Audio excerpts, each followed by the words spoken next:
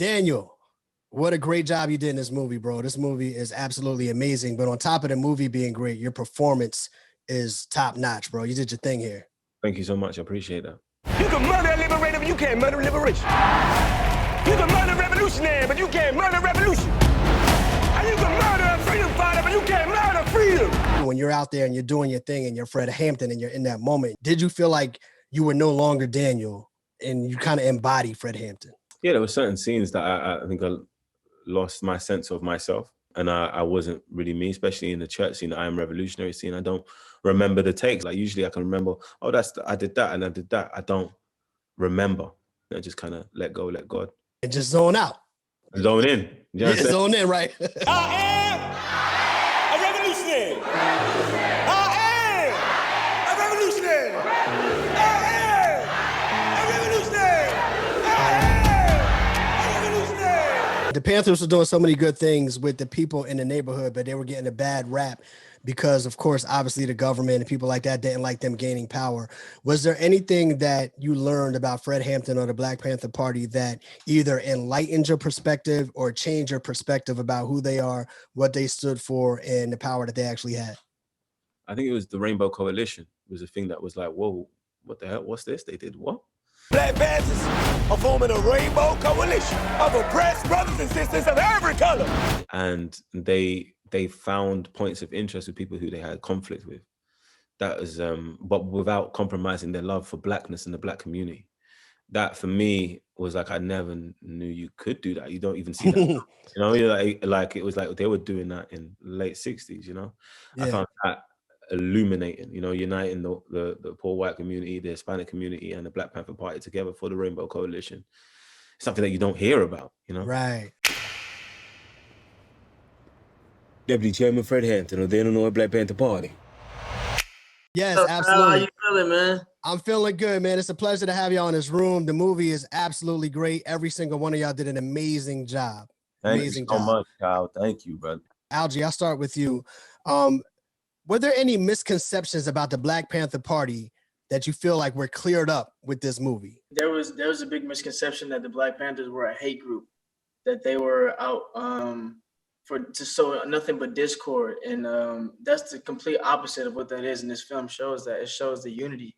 It shows even Fred Hampton at 21 years old being able to put himself to the side and dedicate his life and be a martyr for the cause of saying justice and equality, and him going and mobilizing himself to go and meet with people who were supposed to be his enemies by what the world says, and making friends and love and making acquaintances with them and joining forces with them. You know what I'm saying? And so I feel like that this movie did a really good job of showing that Fred Hampton wasn't the enemy. Fred Hampton was the unifier. He was a part of the unification of the people. And you know, whenever you got the people that's unified and it's all got the same mindset, that system don't like that.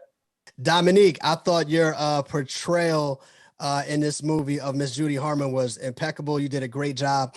One of the things I loved about the movie was that Fred was not playing around when it came to the camaraderie between men and women within the party. And being one of the strong Black women in the movie, it empowered you all just to be, you know, on that same playing field as comrades, not sexual objects. Could you speak to a little bit about what you may have learned playing that particular role in this movie? Absolutely. I mean, first of all, thank you for recognizing and feeling that. That I think is probably one of the most important aspects of the film and of the role that I played for me. And I'm so grateful that I was able to do this and to step into these shoes with the director as communicative and as collaborative as Shaka King. Everything was a conversation, and he was always trying to find ways to make sure that, as I put it to him, that I wasn't a prop. It was so important to me that this woman who quite often is the sole female face on screen in a group of men, that she is not there simply for being their sake. And so I think it that message and the importance of that is further amplified by the fact that that mindset and that respect of women was sewn into the Black Panther Party and their 10-point, you know, like their beliefs, the way that they not only operate out on the ground, but the way that they operate internally. I think that's so important and so central. And I hope that that also is a message that is revamped when people see this, that it's a message that is re-amplified again today, because I do think it's necessary. Sure. Not to give away the movie, but Ashton, it's very important that you have a scene in the movie where it shows that the Black Panthers were about patrolling and making sure that the police weren't going overboard when it came with their interactions with Black people in the neighborhood. And I don't want to give away the movie, but I feel like, you know, that role that you played was pivotal in getting that message across. Yeah, I mean, thank you, man. I feel like the script in this movie does a good job at really showcasing the Black Panthers in the most authentic way. And yeah, being a part of that was a blessing. So thank you. Absolutely. Yeah. And Daryl, you play Bobby Rush. My aunt grew up on the west side of Chicago and remembers Bobby Rush being in the neighborhood. She talked about Bobby Rush coming through, gathering the kids and taking them to help put together lunches for the neighborhood and people that need it. Wow. You play that character, man. Was it a big responsibility for you to play somebody that was so impactful as a part of the Panther? I know he wasn't the focus of the movie, but he had a major impact on the Panthers. It's the ultimate responsibility.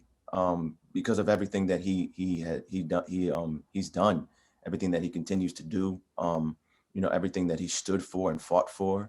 You know, he's one of the co-founders of the Illinois chapter. At the time of Chairman's assassination, you know, Chairman's 21, Bobby's 23. Right. They're kids. They are kids being hunted by one of the largest government agencies in the world. And the fact that they knew that, but every day stood and fought, you know, for the justice and the equality and the unity that we're still fighting for today.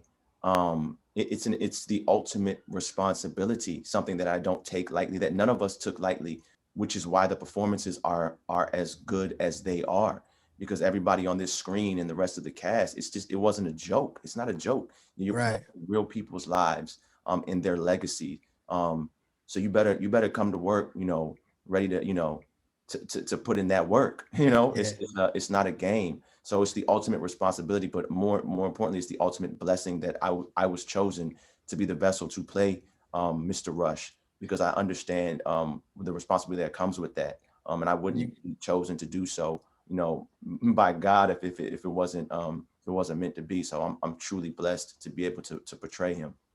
Great job. I appreciate you all, man. Respect to you all. Great movie. Thank you so much, Kyle. Can't wait for the world to see it. Salute. I appreciate you, Kyle. No doubt. Mr. Jesse Plemons, how you doing today, sir? I can't complain. I'm doing pretty good. I think you did a great job portraying the character of Roy Mitchell. From my perspective, your character is a villain. Yeah. Yeah, right? 5 years for impersonating a federal officer. Or you can go home. So when you're going in and you're learning and you're doing the history and the research on Roy Mitchell, what is it that you take away from him as a person? I would say that's sort of split between two ways of looking at Roy. There was a book that Lakeith gave me, I don't know, maybe a few days into it, that delved into Mitchell and O'Neill's relationship specifically. And I actually, at a certain point, decided not to continue reading it because it started to skew my perception of him in sort of a light where I was starting to judge the character. And,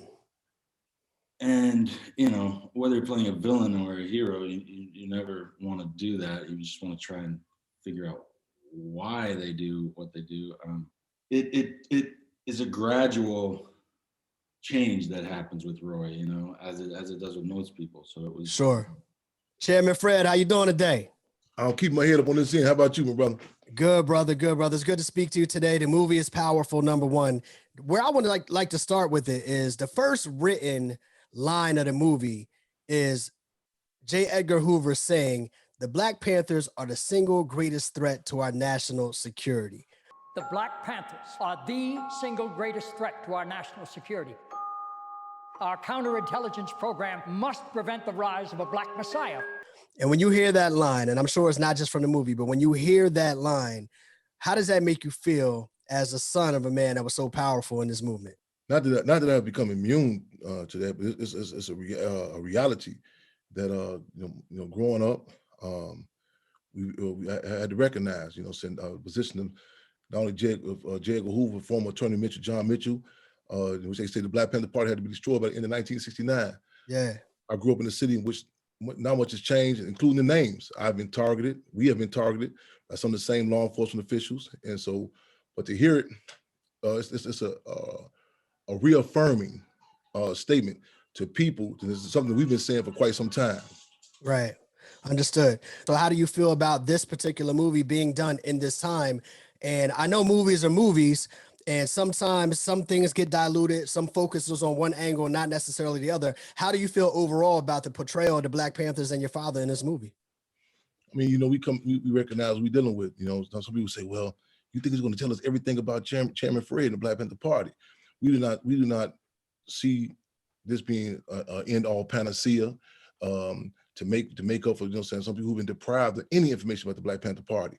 However, it's a powerful piece of propaganda to aid and assist in the ongoing work. That's our job. We say the Black Panther Party Cubs. We need assistance. And Che Guevara said that the role of the propagandist can be as important as that of the guerrilla. So we encourage people to say, okay, we need assistance in this mission. And again, it's going to take the people.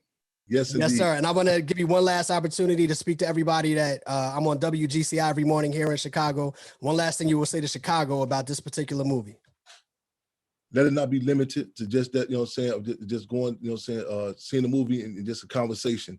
Let us up the ante. Let us get engaged in the work to save the Hampton House, the childhood home of Chairman Fred. Let us get engaged in work of freeing all political prisoners. Let's get engaged in work for self-determination. As Chairman Fred said, death is struggle, death to win. And we say, the Cubs are coming, the Black Panther Party Cubs are here. Free them all, and power to the people. Deputy Chairman Fred Hampton of the Illinois Black Panther Party. Repeat after me. I am a revolutionary. I am a revolutionary. I am a revolutionary. I am a revolutionary. I am a revolutionary.